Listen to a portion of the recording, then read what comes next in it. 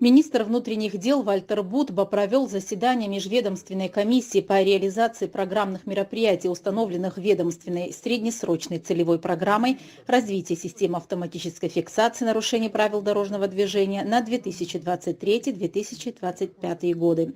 В совещании приняли участие заместитель министра финансов Саид Губас, ИО начальника управления экономики администрации президента Алмазхан Адзинба, представители МВД. В комиссию также входят депутаты парламента, отсутствовавшие в связи с рабочей командировкой. В ходе встречи обсудили параметры программы, основной целью которой является повышение дорожно-транспортной безопасности и осуществление круглосуточного мониторинга транспортного потока на аварийно-опасных участках дорог республики. Данная программа разработана правительством и поддержана президентом страны.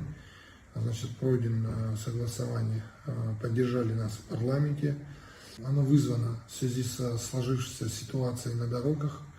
Мы неоднократно заявляли о том, что основными причинами дорожно-транспортных происшествий, которые приводят к трагедиям, являются выезд на полосу встречного движения и нарушение скоростного режима. Мировая практика показывает, что наиболее эффективным решением данных проблем является у нас установка видеофиксации данных нарушений. Значит, на первом этапе мы планируем приобрести видеокамеры,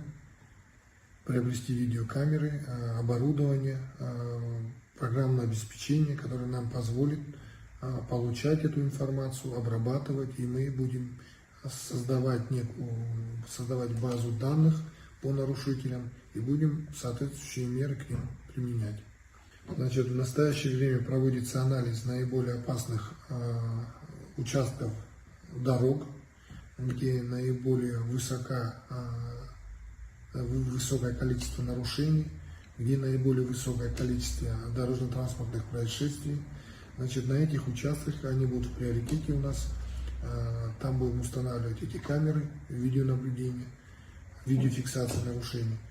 И будем, соответственно, пытаться повлиять на ситуацию, сохранить жизнь наших граждан. Финансирование программы на 2023 год предусмотрено в размере 40 миллионов рублей, на 2024 год 80 миллионов рублей, на 2025 год 30 миллионов рублей.